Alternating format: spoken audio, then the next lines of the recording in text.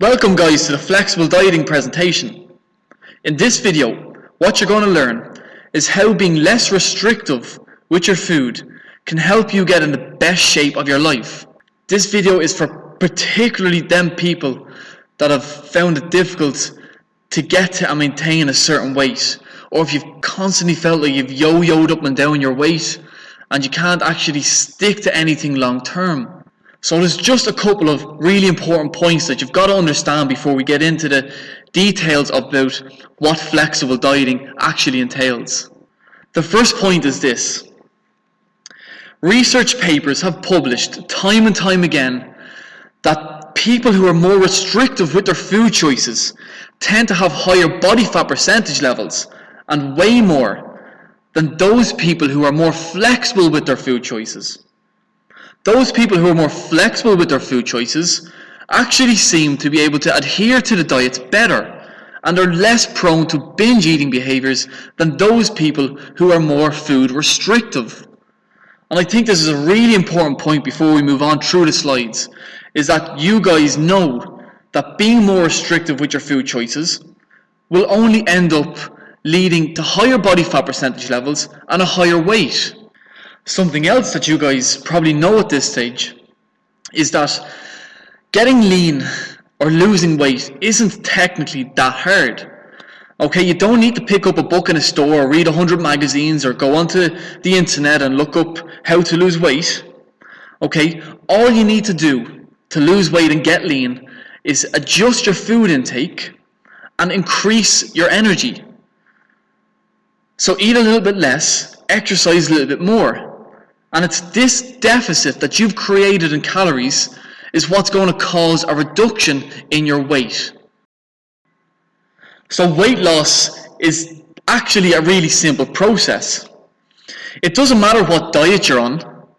It doesn't matter what food you are or aren't eating.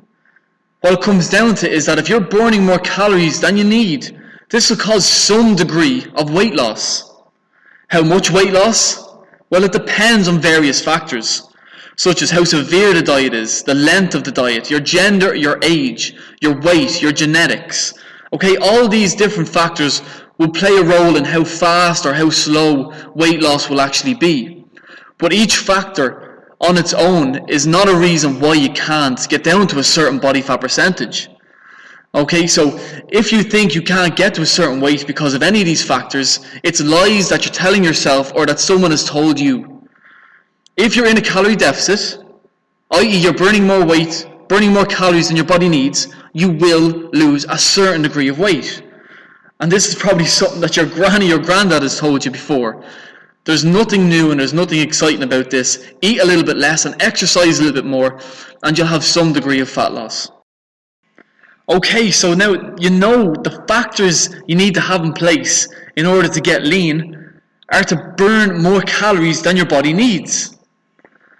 If you do this by basing the majority of your foods from real foods, those are the foods that don't have ingredients on the back of them, that come straight from the earth. Base the majority of your meals from protein, consume plenty of vegetables, eat a moderate amount of healthy fats, and consume enough carbohydrates to match your activity level. Base these carbohydrates on starchy foods and fruits. That's all you really need to be eating. In terms of activity, complete a well-designed strength and conditioning program 3 to 4 times a week. And try and be as active as you can on your non-training days. So on the days that you're not training, you're not just sitting on your backside waiting for the next training session, but you're getting out there and you're completing walks, you're going for slow jogs, you're going for a swim, you're rowing, you're cycling, you're playing with your kids, you're going out and playing football, whatever your thing is. Have a structured strength conditioning program in place and try and be as active as you can on your other days. And that's really all you need to know on how to get as lean as you want. Okay, so here is where I think that the problem starts with the majority of people who tend to flip-flop or go up weight and go down weight or find it hard to stick to a diet and maintain their new level of body fat percentage or whatever it is your goal is. Okay, the problem is that everyone's always thinking short term. Okay, getting to a certain weight, you know, means eating a little bit less and exercising a little bit more. Okay, you know that. You know what you have to do to get to a certain weight. That's great. But what a lot of you realize, or don't realize, is that this is something that you've got to repeat forever. If it's results that you want to last forever, well then you've got to do it forever. And that's the problem with, like, quote unquote, a diet, is that even terminology itself implies that it's something that it's short term. Okay, so the sooner you realize that this is something that you've got to repeat forever, if it's something that you want to do forever, or have results forever, well then you've got to maintain it for the rest of your life. Do it for 6 weeks, and you'll have results for 6 weeks. Do it for 12 weeks, you'll have results for 12 weeks. Do it for a year, and go back to the way you were before that year, and you'll go back to where you started in the first place. So having a long-term vision, getting this short-term mentality, need and necessity and instant results out of your mind can really, really, really help with you long-term. So we're looking to maintain the gains that you make while you've done a diet. You've got to the weight. You're down at a certain body fat percentage. Everything is great. So what do we want to do? We want to maintain this new level of body fat, or maintain this new weight that you've worked your ass off so hard to get there. We want to stay there. We don't want to go back to where we were in the first place. Otherwise, there was little point in what you did for the last weeks or months. Why even start if you're just going to go back to where you started in the first place? Okay? The majority of people don't actually have a problem with losing weight. Right? It's maintaining the weight that seems to be the difficult part. And this is even shown again in studies, or you might have even heard this, that something like 90 or 95% of people who to lose weight end up regaining it within a year or 2 years. Okay, you probably heard this most recently of The Biggest Loser, where they have contestants on the TV show and everyone does fantastic for whatever amount of weeks they're on it. They all lose a lot of weight, but then when the trainer's not there, when the cameras are off, because their diet has been so bloody restrictive, they just end up putting the weight back on over the next few months anyway. So why put yourself through torture and try and kill yourself if all that's going to happen in a few weeks or a few months down the line is that you're going to end up where you started in the first place? That is very hard, and that can be very hard to take. And all that's going to happen is you're just going to end up into this cycle of good weeks and bad weeks, or good days and bad days, and your mood and energy levels and health levels are going to be up and down and up and down. When I say that dropping weight isn't the hard part, it's maintaining the weight's the hard part, it's because everyone that has the right amount of motivation behind them and the right factors, like those in The Biggest Loser, they can get to a certain weight. Okay? For example, since it's holiday season, if you've got a holiday coming up, the majority of people are eating a little bit better around this time now and exercising a little bit more because they know they've got that holiday coming up where they're going to be a little bit more revealed. Okay, so it doesn't matter what's driving you. Once someone makes once you make a concrete decision, like a real decision to say to yourself, right, that's it, I'm going to change. I'm sick of feeling the way I'm feeling. I'm going to get down to this weight. I'm going to exercise a little bit more. That's brilliant. Anyone can do that. Anyone can make a decision and say, that's enough, I'm getting down to this weight. I'm getting down to this body fat percentage. I want to feel better. Okay, that's such good news when I hear that as well. But the problem is that when all this motivation is gone, and a few weeks down the line or a few months down the line, that all the factors that have caused you to get down to that new weight, such as the holiday, or such as the trainer, or such as the other support you're getting off people, when all that's gone, and then the weight slowly starts to creep back on, and you resort back to old habits, and then you just end up back where you started. Okay, and sometimes, in some cases, you end up being even heavier than when you started in the first place. Okay, so this kind of defeats the whole purpose of why you even began the journey to get down to a healthy weight or a body fat percentage that you're comfortable with. So I really, really, really want to stress the point that there's no magic bullet to any of this, okay? There's no secret being kept from you. All the people that you may have followed on Instagram or Facebook or YouTube, or even other people in the gym that you want to aspire to be like, if they're strong, if they're lean, if they're athletic, They don't have any other tricks up their sleeves. Okay? They're not doing anything that they're not telling you. I'm not keeping anything from you. I'm not keeping any secrets from you. Diet books that you see on the shelves that tell you that they have new formula for the best success fat loss that you're ever going to have. There's no secret, okay? The only thing that you have to have in place is that your diet is consistently from real foods, that you're training consistently, that you're not completely sitting on your butt on the days that you're not training.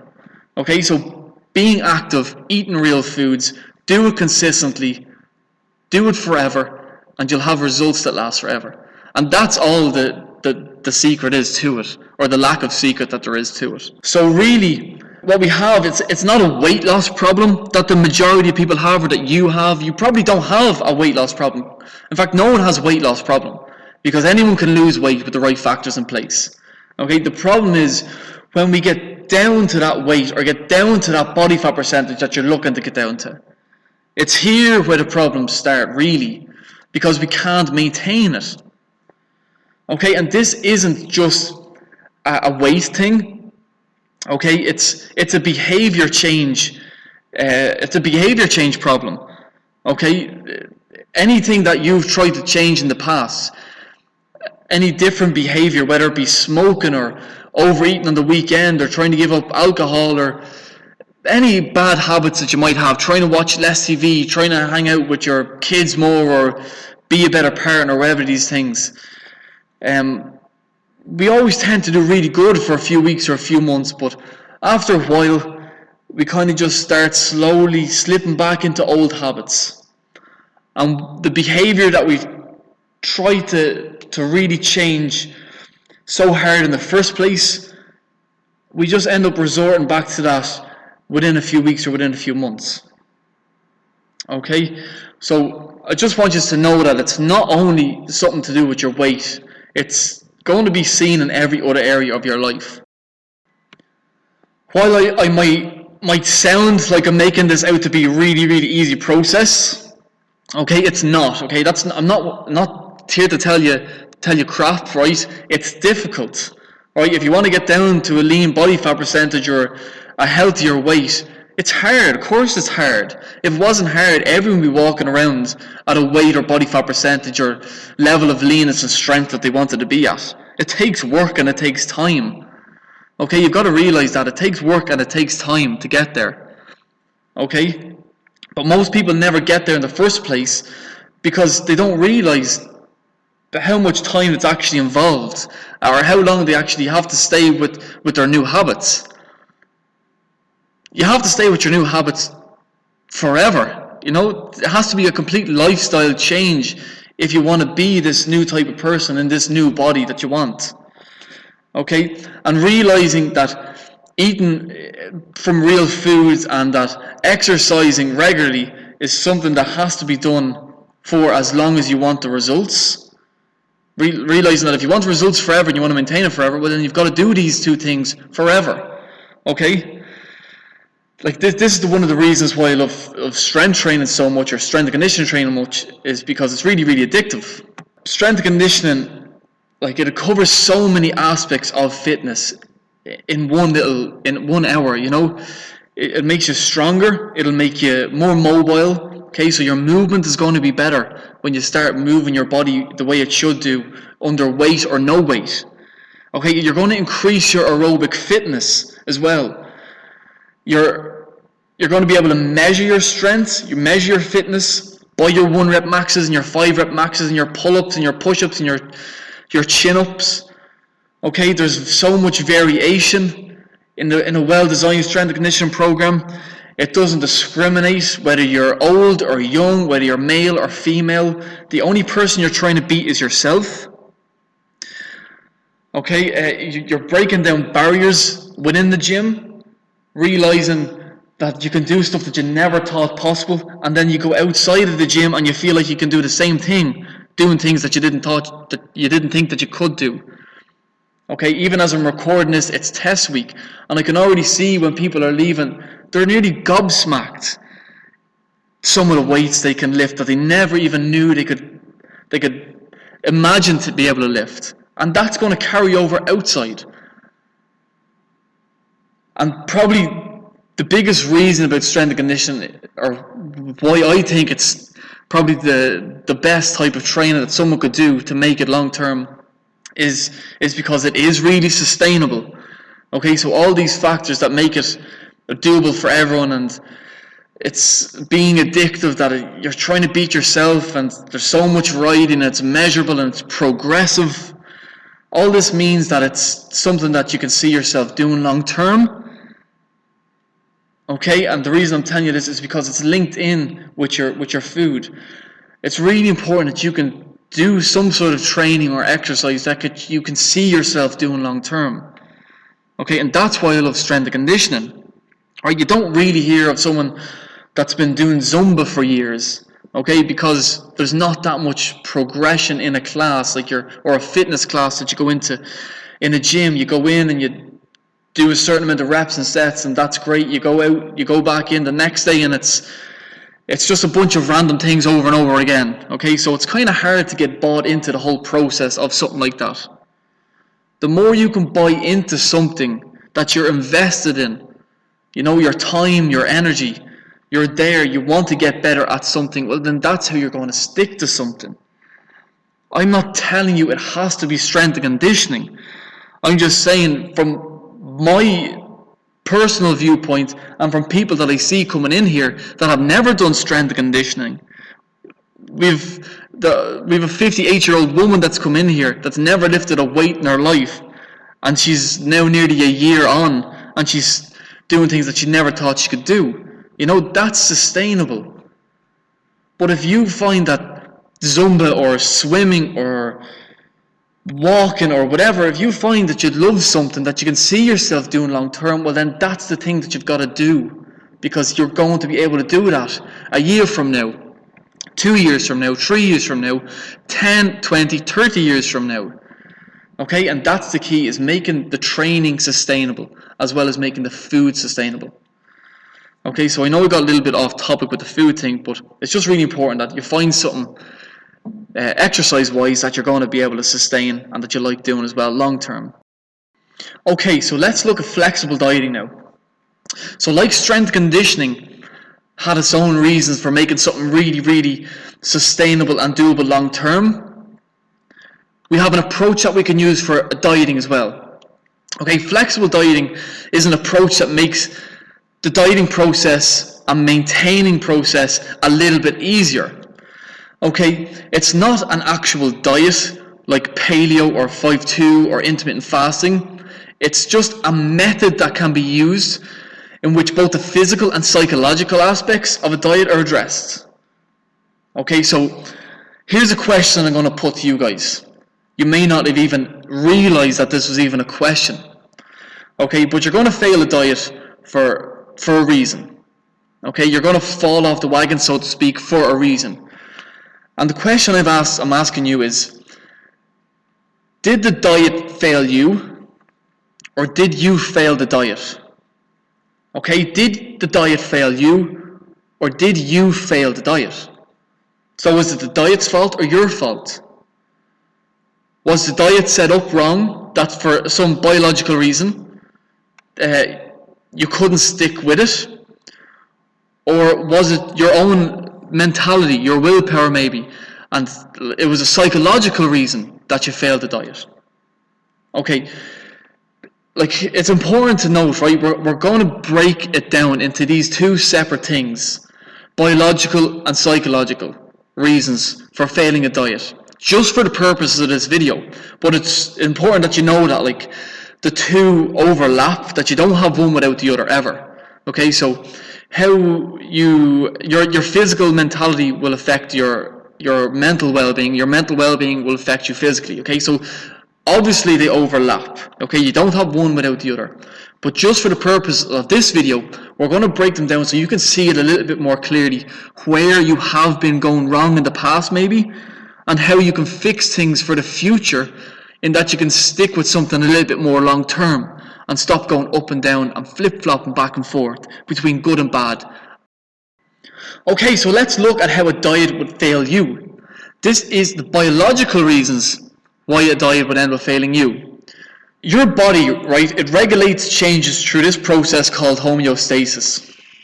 Okay, homeostasis, if you were listening in your biology classes in school, you would know that homeostasis is your body's ability to regulate itself internally despite what's happening on the outside. Okay, so for example, if you get too hot, if you're lying out in the sun, what happens is you start sweating to cool you down, your blood capillaries will start increasing in size to release more heat, you might get a little bit more thirsty. Another example is if you eat a lot of carbohydrates in a meal, what's going to happen is your body will excrete insulin to take the blood sugar out, or take the sugar out of your blood. So it's always trying to keep the same inside, no matter what's happening on the outside. Okay, and this is one of the reasons why we've adapted so well and we are so good at surviving. Okay, why the hell am I asking you or telling you about homeostasis? Well, here's the reason. Okay, the process of homeostasis is the same. It tries to keep everything the same when it comes to your weight as well. Okay, so this is why it's so hard to lose the weight or to reduce your body fat percentage. It's because what's going on inside is trying to counteract your dieting. Okay, so you're going to have an increased appetite, you're going to have a reduced metabolism, your activity during the day will decrease, you'll have an increased craving for calorie-dense foods, your mood is going to be lower, you're going to shut down processes that are not unnecessary for you to survive, okay, because dieting is in fact just slow starvation. So your body's going to shut down processes such as like sexual desire is going to decrease, your performance in the gym, weight training is going to go down, the growth of muscle is going to decrease, okay, all these processes that your body has no need for because it's trying to portion all of the calories into functions that are necessary, like keeping your brain going and your heart going and your kidneys going. Okay, so it's not going to give other extra calories to anything else because technically it doesn't need them to survive.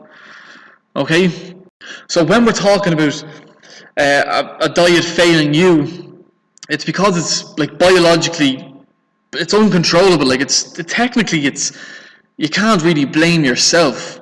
Okay, for if you're messing up. If you set up your diet wrong in the first place, well then you're not going to be able to stick to it because all of these things are working against you, like your increased appetite and your reduced mood. You know, what's going to happen when you have a crap day at work and you've been eating very, very little? You're just going to end up craving the calorie-dense foods that make you feel so good in the first place. Okay, you've got to remember, in a diet, you're slowly starving yourself to death. Your body is not stupid. The more you diet or the harder you diet, the more restrictive you go with your calories, the harder your body is going to fight back to protect itself. It wants to survive. So if you think, it doesn't matter how good your willpower is, if you think that you're going to out-diet your body, you're going to be so super smarter than it, it's going to start fighting back at you. Okay, so you've got to set up your diet right from the start to have any sort of a chance. So what getting lean actually means is the ability to diet and maintain a new level of body fat is your ability to ignore biological factors pulling you in the opposite direction. Okay, so if these biological factors are too strong for you to resist, you're going to end up giving up on your diet. Okay, so what's the solution to all this? So how are we going to stop the diet from failing you? How are we going to stop the biological reasons why you can't stick to a diet? Well, this is the first thing that you've got to do, okay? You've got to set up your calories and your macros, i.e. your protein, carbs, and fats, as I've described before in the nutrition videos. Okay? If you set up your calories right, so if you're not doing too big of a calorie deficit, if you're making it manageable, that the hunger hormones aren't so crazy, that the cravings aren't so strong, that your metabolism doesn't slow down so much. That's why it's important to do this slowly. So if you set up your calories right, so that you're only dropping them down a little bit every week, and you set up your macronutrients properly, and that you're eating the right quantities of proteins, fats, and carbs. All these set up in the right quantity will keep you fuller and keep you more satisfied and give you better performance in the gym. Okay, so if you're doing all this correctly, well then the biological signals aren't going to be as strong. Okay, so homeostasis isn't going to be pulling you back in the direction that it needs to be as strong, which means that you're going to be able to stick to the diet, and you're not going to fall off the wagon, so to speak. Okay, so stop trying to do everything in 4 weeks or 2 weeks or whatever amount of weeks it is, and realize that this is something that you need to be doing forever. So we need to plan long term for this, and not just keep going short-term solution, drop the calories, cut the carbs, because you'll end up going back to where you resorted, because your body is so smart, it's not going to let you just starve to death. Okay, so be smart about it. Watch the videos on how to set up your calories and your macros properly, and then take it from there. Okay, so now let's look at how you can fail the diet. Okay, so these are non-biological reasons.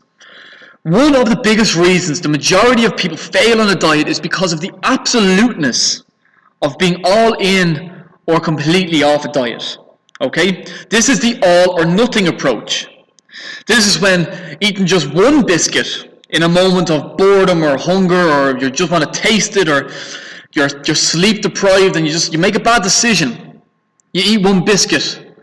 You're on a diet for 3 weeks. You haven't had a biscuit in 3 weeks, and before you know it, the whole packet.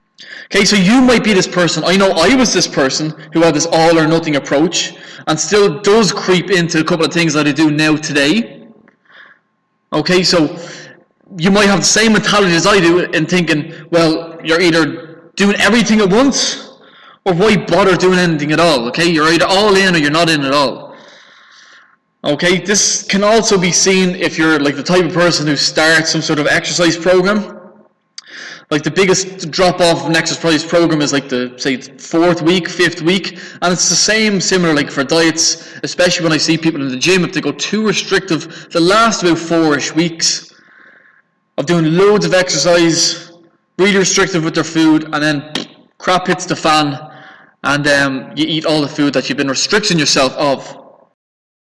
So one of the reasons that we have this all or nothing approach, and that everything is a complete disaster if we have one chocolate biscuit, is because we have a really morphed core belief. Okay, core beliefs are something that are very, very difficult to change. Okay, and it's something that needs to be looked at in detail and challenged. If you find that you're the type of person that always is an all or nothing type of person when it comes to food and dieting. Okay, I will be doing a video in the very near future about core beliefs. Okay, this is something where you believe to be so true that it's instilled in you as a fact. Okay, core beliefs are how you see yourself, or how you see situations. So that's how I can see a situation different than you see a situation, is because we have different set of belief systems. So one scenario looks different to me than it looks to you. Core belief is how we look at others, how we look at our past, and how we see our future. A rigid dieter, someone who's really, really strict and has an all or nothing approach, and ends up eating a biscuit or a chocolate bar after 4 weeks of really strict dieting, may have a morphed core belief that it's somehow they've ruined the whole diet, and they've justified it now to themselves. Okay, they've somehow logically said it to themselves that, well, because you've messed up after 4 weeks, well then it's okay to eat everything else on site for the next few days because you just ruined your whole diet. You know, and you can see how silly that is. Like, to someone else it mightn't make any sense, but to you it makes sense. It makes perfect sense. Okay, this is what a core belief is. It's unique to yourself. Okay, this isn't just the only core belief that someone that has a really all or nothing approach can have. Okay, there's lots of different core beliefs that can be a little bit twisted. Okay, this is just my core belief that I had and that I know is very common.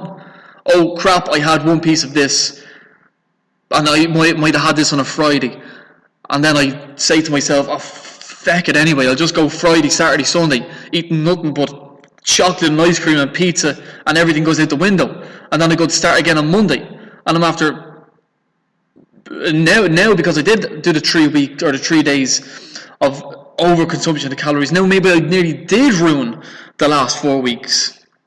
Okay, so it isn't just limited to belief that, well, now I've eaten this, so the whole diet is ruined. Okay, there could be other core beliefs that you need to look at in your detail, or look at in detail.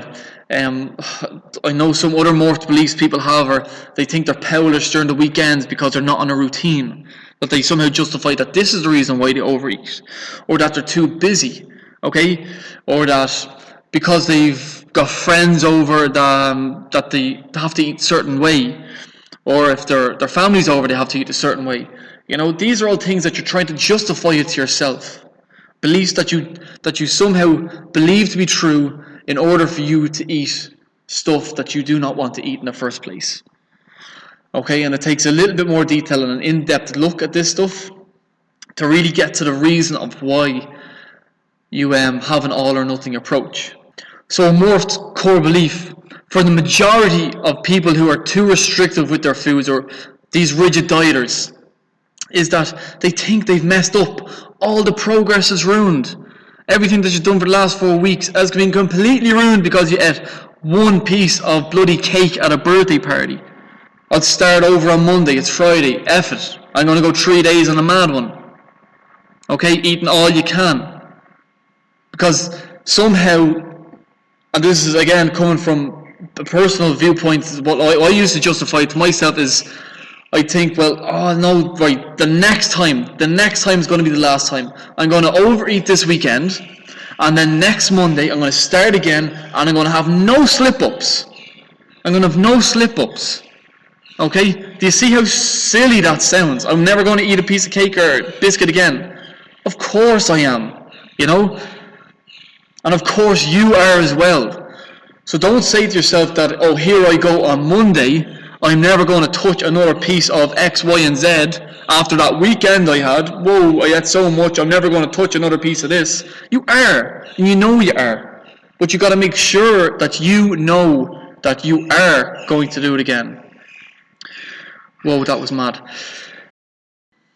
So another really important, and actually this is my favorite slide in the whole video, is this perfect diet equals a perfect disaster.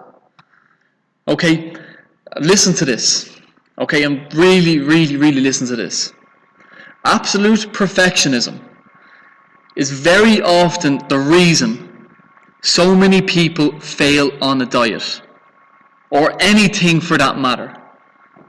Okay, and it causes more problems than it solves. You're never going to be perfect at anything you do. Okay, perfect is such an illusion of a thing to even strive for. So to think that you're going to go on this perfect diet and never touch any of the food that you don't like, you're disillusioned, okay? So this is why flexible dieting makes so much sense. Because you're taking into account, well, you're in it for the long term, okay? You're not going to never eat whatever your favorite foods are again. You are going to eat them. So why say to yourself that you're even going to restrict them in the first place? Even just having that mentality, going to restrict them, or not allow them, that's going to make you want to have them. This is how you fail a diet. This is how psychologically you will fail a diet, is by being so restrictive with your food choices. Okay, so read that again. Absolute perfectionism is very often the reason so many people fail a diet, and it often causes more problems than it solves. And this is not just related to the diet, it's for anything. It could be for exercise. Don't be that person that gets up on Monday morning after buying new shoes, new jogging pants, new jogging hat, new jogging socks, new jogging gloves, new jogging jocks, new jogging everything, and does 2 weeks of all the jogging in the world and ends up with a crippled knee because of it, or you do too much that you just exhaust yourself. Give yourself a little bit of leeway, but make sure it's okay. Allow yourself to have that leeway. So you've probably heard me talking about the 80-20 rule before. Okay, we do it a lot in the nutrition. Right, basically the 80-20 rule is this. If you follow what you should be following for 80% of the time, then the other 20% of the stuff doesn't really matter too much in the grand scheme of things. Okay, and again, I know this is about nutrition, but it relates to anything that you do in life. If you do 80% of the stuff that you're meant to do, well then 20% of the other stuff doesn't really matter a whole lot. Okay? Because that's perfection. You're not going to get to perfection. Okay, so if we're bringing this back to nutrition, well then 8 out of 10 meals, if 8 out of 10 meals are in accordance to what we talked about in the nutrition videos, okay, or what we talked about earlier, about basing the majority of your foods off real foods, include protein, include healthy fats, includes carbs to match your activity needs, includes lots of vegetables, right? If 8 out of 10 meals are in accordance with that, well then the other 2 meals that you eat aren't going to make that much of a difference. Okay? So you don't need to go 10 out of 10 meals. You don't need to go the whole week without eating any of your favourite foods. Okay? If you get 8 out of 10 good, or 8 out of 10 right, or according to your calories and your macros, well then the other 2 don't make a big difference. Okay? So you can enjoy the stuff you like in the other 2 meals without crippling yourself trying to lose weight. So remember what we talked about earlier. You've got to have a long-term strategy with this. Okay, and again, this is why flexible dieting just makes so much sense. Because this doesn't happen overnight. Right? Let's look at this, right? Like realistically, okay, fat loss average, right, is going to be about 1 pound to 2 pounds per week. Right? It depends on how overweight you are to begin with. Okay, so someone who's even a little bit leaner, like some of the leaner girls that's in here that are looking to reduce their body fat percentage, that are already lean, they might struggle to even lose up to ½ pound a week, okay? So the leaner and smaller you are, the slower that's going to be. The more weight you have to lose, the quicker it's going to be, right? But on average, fat loss is going to be 1 to 2 pounds a week. Okay, so let's take a look at this example here, okay, on your screens, right? If a man weighing 80 kilos, that's 176 pounds, was 30% body fat, right, so 30% of him is fat. If he wanted to get to 12%, that's 30 pounds of fat he has to lose. Okay, so he's got to get from 30 to 12% body fat, which is 30 pounds of fat that he's got to lose. So if we just took the average, right, so fat loss on average is 1 to 2 pounds per week. If we just took the middle of that, if we said, right, everything going well, that this guy is going to lose 1.5 pounds per week of fat, well then it's going to take this guy 20 weeks to reach his goal. 20 weeks. That's nearly half a year to get to his goal. And that's losing at an expected rate of 1.5 pounds per week, which isn't guaranteed, because weight loss is never linear. It's not, right, this week 1.5, next week 1.5, the week after 1.5. Okay, some weeks it might be 0. Okay, so weight loss is never linear. So it's going to take him probably half a year, over half a year, to get from 30% to 12% body fat. Okay, so that's why, again, we've got to have a long-term strategy. If you don't have a long-term strategy, take out a pen and a piece of paper right now. Find out how much weight you have to lose, how much fat you have to lose to get to the body fat percentage that you want to be at. Take on average, say, 1 pound or 1.5 pounds, and work out how many weeks it's going to take you to actually get there. Do you really think you're going to go out with this guy is going to go nearly half a year without eating a biscuit or a cake or a pizza or having a beer? You know, he's going to have some. So why even think to himself? So this is where the psychological aspect fails you. Why would you even think to yourself that you're not going to have something that you love? Because you are. It's a half a year. You're going to have a lot of stuff. Okay, so I really want you to do this, okay? Take out a pen and piece of paper. Here is a rough guide of what you're going to lose according to your body weight, right? So if you're a lean individual and you're looking to get even leaner, you're going to lose about ½ pound per week. If you're normal to a little bit overweight, you're going to lose about 1 pound per week. And if you're overweight, well then you're going to lose about 2 pounds per week or 1 kilo a week, okay? And this is just a rough example. Okay, so calculate how many weeks you think it's going to take you to get to your desired goal. And then at least you know where you have to go and how long it's going to take you. We're nearly at the end. Just a couple of things that you've got to remember is that you've got to remember that this stuff, it's for life, okay? We're getting rid of the quick fixes. we're going to take a flexible dieting approach. Okay, so remember that the new habits that you're eating must remain consistent for the rest of your life. Okay, same with the exercise habits. You've got to keep it up. If you resort back to old habits, you're going to end up looking the same before you start eating this way. Okay, and realizing that this is for life, doesn't it make sense then to incorporate small, manageable changes rather than make a big dramatic change? Okay, so take it one step at a time. Stop telling yourself that you're going to never have a piece of cake before or again, or piece of pizza again, or a beer again, or whatever your drink is again. You're going to have it. Okay, but if you restrict yourself and you tell yourself that you'll not have something, well then you'll only want it even more. And when you do fall off again, in inverted commas, the wagon, well then you're really going to fall off, and all you're going to want to consume is the food that you have been avoiding. Okay, so this is how you will fail a diet, right? So you know now, right? A diet will fail you. How does a diet fail you? A diet will fail you when it's not set up correctly. Basically meaning if you drop your calories too low too fast, or that your macronutrients aren't set up properly, well then your hunger signals and your metabolism, they're all going to get dysregulated, okay, because your body wants to stay the same. So that's when your body's going to kick back harder at you, right? That's how a diet would fail you.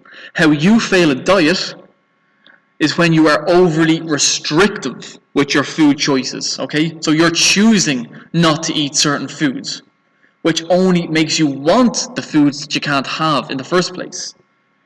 Okay, so if you go on a low-fat diet, I guarantee you that all you want to eat is fats. If you follow Atkins, which is really low carb, all you want to eat is a heap of carbs. Okay? If you tell yourself and your favorite food is chocolate, okay, and I'm only telling you this because my favorite food is chocolate, that if I tell myself that I'm never going to eat chocolate again, all I'm going to want to do for the whole bloody week is eat chocolate. Okay? We're the only species on the planet that eats for other reasons other than hunger. Okay? So you're going to eat because you're emotional, you're happy, you're sad, you're anxious, you're over the moon about something. Okay, we eat because we're emotional eaters. We eat because we're bored. And we eat because we can't have something. Okay, these are all the reasons why we end up eating foods that we don't want to eat in the first place.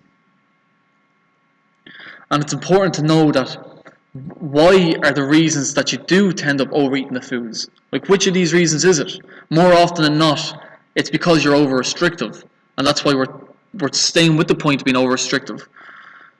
But you can also overeat because of other reasons, like I just told you there, like being happy, like being anxious, like being sad, like being bored. You never get to where you're sitting on the couch and whatever Friday night and you've nothing to do and you're just thinking, whatever, I'm just going to eat something just to fill your hands up or fill your mouth up. Okay, it's important to recognize the reasons why you're doing that.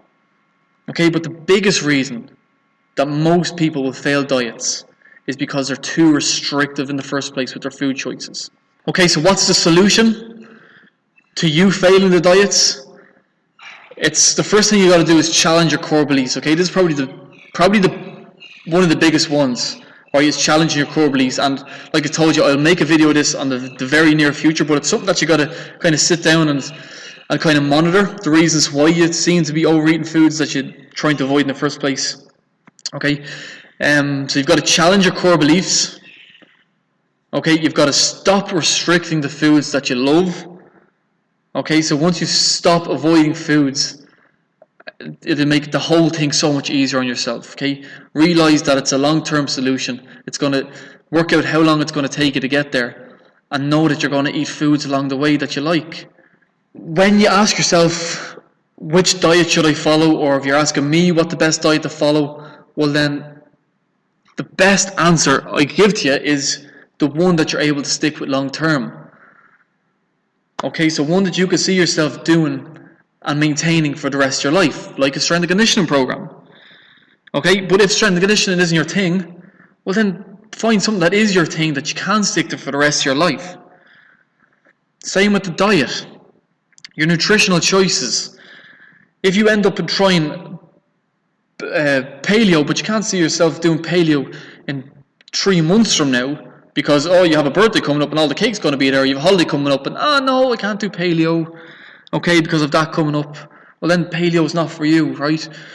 So generally the easiest thing to do, or what works for most people, what works for me, is just 8 out of 10 meals. You eat real food, proteins, veg, carbs, fats.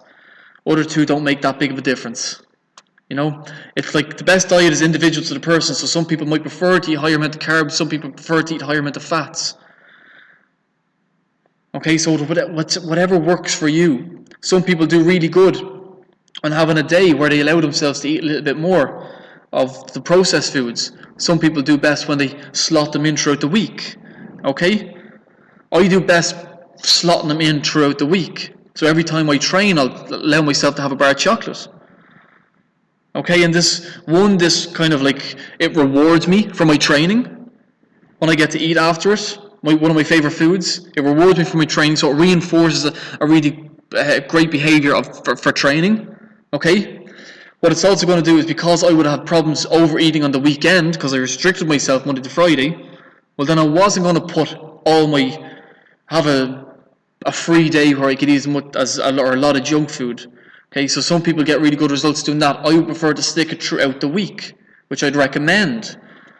Okay? So look, follow the best, or the diet that suits you best. If you find something works for you, well then stick with it. Who am I to tell you what to follow if you find something that you can follow consistently? But if you find yourself that you only last 3 or 4 weeks on some sort of diet, well then it's no good to you. So flexible dieting. Alright, I know we didn't talk a whole lot about flexible dieting so far, right? But flexible dieting it's less of an extremist approach to dieting, because you understand the grand scheme of things, okay, and the time span it actually takes to reach your goal, which can take up to a half a year to a year in some cases, sometimes even more. Okay, if you're 40, 45, 50% body fat, it could take you up to a year and a half, maybe 2 years to get to your goal. Okay, so it makes sense to have a less rigid approach and stop having this all or nothing approach. Alright, so if you think about it, what's a few biscuits, right? Or beers, or chocolate, or pizza? What's a few of that on a Saturday night? Okay, on the grand scheme of things, if it's going to take you 6 months to get to your goal, or a year to get to your goal, what's a couple of biscuits on a Saturday night, or a bar of chocolate on a Saturday night? It's nothing in the grand scheme of things, right? But compare that then to if you do restrict yourself, and then you end up eating a whole packet of biscuits. That's going to have implications on whether or not you can reach your goal. If that keeps happening every weekend or every second weekend, well then you'll just go Monday to Friday, you'll be doing great, and then the weekends you'll ruin your progress, so you'll never get to your goal. So having a little bit less rigid approach and eating the biscuit when you want to eat the biscuit, you're going to get there quicker. Okay, so here's the typical dieting situation, and this is my personal dieting situation 3, 4, 5 years ago. I would have consistently just done this over and over and over in attempts to reduce my body fat to lean for reasons that I didn't know why I wanted to be lean. Right, so here it is. Right, and you've probably done this as well. You've been super strict with yourself for the last 12 days. Okay, the reason why I'm saying 12 days is because the first week is 7, Monday to Sunday is 7 days, and the next week you go Monday to Friday, another 5 days. Right, so you've done 12 total days, you're eating really well, your macros are set up well, your calories are set up well, everything's going fine. Okay, you have no chocolate, no beers, no takeaways. You resisted all temptations from your co-workers, your family, your friends, all the deals, 2-for-1s in supermarket, jumbo size bar of chocolate, only €1, what the hell, how do I resist it? But you do somehow. But then, day 13, Saturday night comes along. You have a feeling like you're missing out. You don't end up going on the beer, you're staying inside. You're missing out, there's something missing. Maybe you're bored. Maybe you're happy. Maybe you're sad. Maybe you just, whatever the reason is. And then you end up eating one small chocolate biscuit or one small piece of chocolate. This then overhauls your logic that you think that your diet is effectively ruined because you gave in that once, and now you end up eating the whole packet. You feel you've ruined everything. You're no longer perfect, and you'll continue to overeat on these really calorie dense foods that you've been avoiding for so long. Okay, you feel guilty. You feel bad. It just adds further fuel to the fire. Okay, more guilt, more feeling of failure, which leads to even more binge type eating behaviors. Okay, which lasts more days and more weeks. Okay, so you can see now how challenging the core belief that eating one piece of whatever is going to ruin your diet. It's so foolish and it actually will wreck your progress in the long term, because you're just going to be stuck in a cycle of good and bad and good and bad and good and bad and good and bad. You've got to try and take on a flexible dieting approach where you have a little bit more leeway. So let's imagine this approach and this new scenario. Okay, and this is the scenario that it's taken me a while, but I've found myself in now. Imagine this scenario. You've gone 2 days eating really well, but then you fancy something sweet. Remember, you're not 12 days in, you're only 2 days in. You've got a little bit of a craving, you want something nice. Someone offers you a chocolate digestive. Okay, someone offers you a chocolate digestive. You really want it. You say yeah, and you eat the chocolate digestive, or you eat 2 of them. And then you get on the next day, next morning you wake up, you get on with eating well. And you don't end up avoiding the chocolate biscuit and destroying your progress in a binge. Okay, so it really comes down to being a little bit more flexible. If you really want something, then have it. I know that can be extremely hard for you to rationalize in your head if you are an all or nothing approach type of person. Okay, so this is where it gets difficult. That's where you have to challenge your core beliefs and say to yourself, oh, well, if I am going out to a birthday party on a Saturday night, well, then I'm going to have a couple of drinks and I'm going to have a piece of cake, and then I'm going to wake up Sunday and I'm going to cook myself a really healthy breakfast and get on with it. You know, because in the grand scheme of things, it hasn't made any difference to your progress. Okay, it's only a problem if you end up making it a problem. Remember that, it's only a problem. Those 2 biscuits, or whatever, slice of cake, or whatever you're eating, or that takeaway you get, that one takeaway you get, is only a problem if you end up making it into a problem. Let's take a look at how you'd set up your diet to be a little bit more flexible so you can get better results long term. So the first thing that you've got to do is set up your diet so the diet doesn't fail you. Okay, I can't stress how important that is. You've got to set the diet up in the first place so it doesn't fail you. So you've got to set your calorie needs. They're the highest priority. Then you've got to set your macronutrient needs. Okay, they're the second highest priority. 2 of these together are going to give you all the results you ever want. Okay, so know how much calories you need. Know what macronutrients you need. The proteins, the fats, the carbs. Know the amounts that you need. Go back and watch the videos on the macros that I've done for you. Print off your macronutrient needs and stick it on your fridge or stick it on your head. It doesn't matter, just make sure you know them. So your calorie setup will look like this. So really quick, for those that don't know or that didn't see the video, right? As a guideline, if you're looking for fat loss, you multiply your weight in pounds by 11.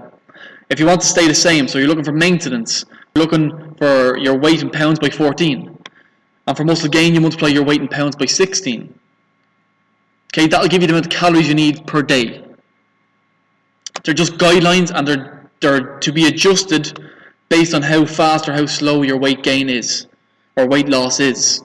And that's another reason, or one of the reasons why we just use scales for it. It's a tracking, it's a measuring tool. It's not to determine your mood in the mornings or whenever. Like, the scale is just a bloody number to tell you if your weight is happening, if your weight loss is happening too fast or too slow, or if your weight gain is happening too fast or too slow. That's all the scale's used for. Okay? For those of you looking to get to a certain weight just because you picked a number out of the sky that you want to be at, doesn't make any sense. Write down what your goal is, or know what your goal is. Most people want to look better, want to look more toned, want to look more ripped. They want to have a six-pack. They want to have more toned arms. They want to have a bigger butt. Whatever your goal is, right? you're not going to see what your goal is on the scales, okay? You're going to see that by pictures, maybe measurements on the tape, or on the body fat calculators, the body fat percentage. That's where you're looking for your results. You don't need to look for results on a scales, because a scales is just a number to tell us, okay, calories are too high or calories are too low. Weight loss is too fast, weight loss is too slow. That's all the scales is there to tell us. Okay, we don't need a celebration around the scales every time we jump up on it, or to get sad every time we jumped up on it we're not at a certain weight. Again, these are core beliefs that need to be challenged. I am not going to be happy, or I don't have a nice body unless I am at this weight. Okay, that is a morphed core belief. Your pictures are what tell you the truth, okay, not the scales. Okay, so back on points, right? So you got your calories set up. Now let's set up your macronutrient needs. Your protein is 1 gram per pound of lean body mass. Okay, that's everything that's not fat mass. 1 gram per lean pound of body mass. That'll give you the total amount of grams of protein you need. And then your carbs and fats are going to be split up in 2 from the remaining calories. If you don't know what the hell I'm talking about, have a look at the nutrition videos. Okay, so here let's take a look at an example of how flexible dieting works, okay, and how that we can still eat a little bit less restrictive and more the junkier stuff than we like, and still get really good results, okay, or get better results. Right, so here's an example. We got this guy or we got this girl who needs 2,000 calories a day. We've worked out that they need 150 grams of protein, 175 grams of carbohydrates, and 80 grams of fats. Alright, so that's what we know. This person, as long as they're eating 2,000 calories a day, and they're eating the required amount of proteins, carbs, and fats, they'll get results. So technically, right, and it doesn't really matter if you are eating like this. You're getting your 150 grams of protein from 6 scoops of whey protein, and you get your 175 grams of carbs and 80 grams of fats from 280 grams of chocolate. Okay, that's still 2,000 total calories, and you're still eating or meeting all your macronutrient needs. Okay, and that's how you'll get results if you're following any kind of diet. As long as you're eating with your macros right and your calories right, you'll get results. What foods you're eating doesn't really make that much of a difference. Okay, you'll still get results. But the problem is, if you're eating this kind of way, you're not going to be able to last, because you're not going to go eating 6 scoops of protein and 280 grams of chocolate every day. You know, like you can do all the sneaky stuff and think you're getting away, and you know you can throw all the junk food in you want, but the more junk food you eat, the less satisfied you're going to feel. So you're going to be hungrier. You're going to end up eating more anyway. You know, so it's kind of, you've got to find the balance with this stuff. Base 8 out of 10 meals from whole foods. Eat 2 out of 10 meals with whatever you want, as long as they're falling in line with your macronutrient and your calorie needs. Here was the piece of chocolate. Okay, so 280 grams of chocolate gives me 1,400 calories. Just going to show you, scroll up, and you can see there that the total fat is 79 grams. Okay, so that's 80 grams. So yeah, we're meeting our fat needs. But you can see there that the majority of it's coming from saturated fats, which is not going to be the healthiest thing for your heart. And you can see the total carbohydrates is 165 grams. And the majority of it is sugars, okay? So even though it falls within your macronutrient needs and you are going to get really good results, you probably won't be able to stick to it long term, because, like I said, you don't really have an off switch with this kind of foods. You're just going to be unsatisfied. You're going to be hungrier. You're not going to be able to feel as satisfied on them. Okay, so this here, 6 scoops of protein and the 280 grams of chocolate will be the exact same thing when it's broken down in your body as eating like this. 8 egg whites, 1 sirloin steak, 1 piece of salmon, 150 grams of yogurt. That gets me my protein needs of 150 grams. Carbohydrate needs can be met with 1 bag of rice, 2 apples, 1 banana, 1 punnet of strawberries and blueberries mixed together, and a portion of sweet potato fries. That equals 175 grams of carbs. And fats, 80 grams of fats can be met by eating 2 egg yolks, 2 small handful of nuts, tablespoon of olive oil, and half an avocado. Okay, that's the same thing as if you were to eat that. Not health-wise, but if you're looking to drop fat, it's the exact same thing. Okay, so if it fits your macros, which you might have heard before, as long as they fall in line with your calories and your macronutrient needs, you're going to get results. But will you be able to stick to it? Probably not. So eating more like this is going to make more sense. Okay, what you're going to see there is that there's not a whole lot of junk food. Actually, there's no junk food. So with flexible dieting, here's the approach that gets most people the best results, where they can see themselves sticking to something long term. And it looks a little like this. Okay, there's very little difference in the last one. You still have your protein, 8 egg whites, 1 sirloin steak, 1 piece of salmon, 150 grams of yogurt. Okay, that stays the same. You get your protein needs met. Brilliant. Next one, your carbs. 1 bag of rice, 2 apples, 1 banana, 1 pound of strawberries and blueberries mixed. And then you're going to see here, potato, we're going to see here that this here, a Mars bar, can replace your sweet potato. So remember we had here, we had a portion of sweet potato fries. Well, on flexible dieting, all you do is you'd add in a Mars bar. Because there's about 30, I think there's 30 grams of carbs in a Mars bar, and there'll be 30 grams roughly in a portion of sweet potato fries. So really, it doesn't actually make that much of a difference if you substitute one in for the other. Okay, so that's how we can still eat what we enjoy and get results. And if you look at our fats here on the flexible dieting,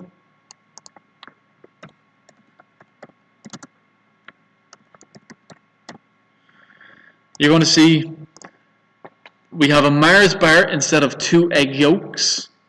Okay, because there is 15 grams of fat in 2 egg yolks, and there's also 15 grams of fat in a Mars bar. So we're just replacing like with like.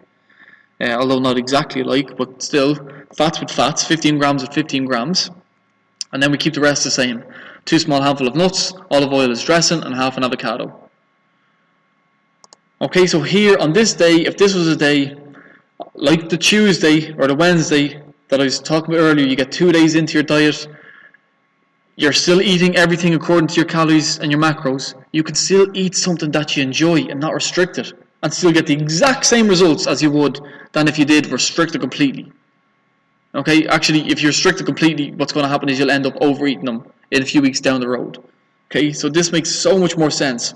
You're eating so healthy, okay, with all these foods here coming from real food sources, but yet you're still getting to eat the stuff that you enjoy. A couple of guidelines for flexible dieting is, right, the first thing you got to know is you got to know your calories and macronutrient needs. Sellotape them on your head, sellotape on your fridge. Okay, and be familiar with these. You got to get familiar with the calories and macronutrients that are in certain foods that you eat most regularly. Okay, you can Google it or use MyFitnessPal to find out certain foods, but it's really simple. Instead of the counting calories thing, if you go and use your hand guide as a reference, it makes it so stupidly simple, it's unbelievable. Okay, so know your hand portion sizes and base your meals off that. Okay, stick to the 80-20 principle. So eat 8 out of 10 meals like this here, proteins, fats and carbs that are from whole food sources, and eat the 20% of your meals, stuff like the stuff that you want, your beers and your Mars bars. Okay, and calculate how long, so here's another piece of advice, is calculate how long it's going to take you to reach your goal. So go back to the graph. Remember, if you're lean, you're going to lose about half a pound a week. If you're average, you're going to lose about a pound per week. And if you have more weight or you're overweight, you're going to lose about 2 pounds per week. Calculate roughly how long it's going to take you to reach your goal. And that way you can still eat the foods that you enjoy along the way without restricting yourself, and you'll get there in the end, rather than all or nothing approach and just ending up on your backside every second or third weekend in a chocolate bonanza. Okay, so in the next video, what I'm going to show you to do is how to set up your calorie macro needs and use flexible dieting on a template that's going to make it even easier for you. Okay? So there's only so much I can do and so much I can give you that makes it easier on you. You guys have got to do a little bit of work. If there is something you want to do, you got to do the work. Okay? Because remember what I said earlier. The process is simple, but it doesn't mean it's easy. Okay? If you really want something, you'll get there. But remember, we got to maintain that when we get there. Okay? And I'll show you how to set up the template in the next video.